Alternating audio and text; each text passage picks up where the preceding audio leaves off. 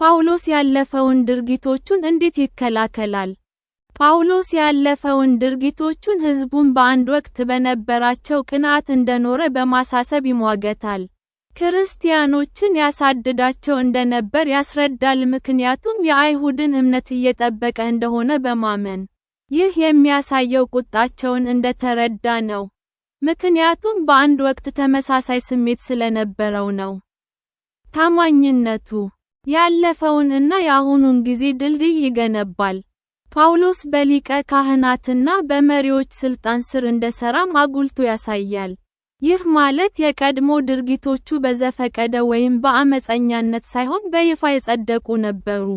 ይህን በመናገሩ ጳውሎስ ሕዝቡ የሚታመንበትን ሥርዓት እንደተከተለ ያሳያል። ስለዚህ ለውጡ የበለጠ ኃይለኛ የሚሆነው በሰው ግፊት ሳይሆን በመለኮታዊ ጣልቃ ገብነት ነው። ለሕዝቡ የተማረው በተከበረው መምህር በገማልያል ስር እንደሆነ ይነግራቸዋል።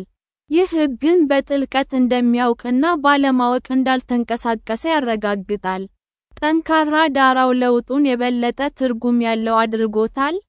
ይህም ኢየሱስን መገናኘት የአይሁድን ወግ ሙሉ በሙሉ የተረዳ ሰውን እንደለወጠው ያሳያል። የጳውሎስ ሕይወት ዕውቀት ብቻውን እንደማያድን ያሳያል።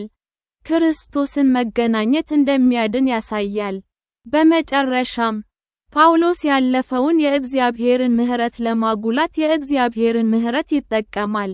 እግዚአብሔር አማኞችን ያሳደደ ሰውን ይቅር ማለትና መጠቀም ከቻለ መዳን ለማንም ሰው ክፍት ነው። ምስክርነቱ ማንም ሰው የእግዚአብሔርን ጸጋ ለማግኘት በጣም የራቀ እንዳልሆነ ያሳያል። የጳውሎስ መከላከያ ለሚሰሙት ሁሉ የተስፋ መልእክት ይሆናል።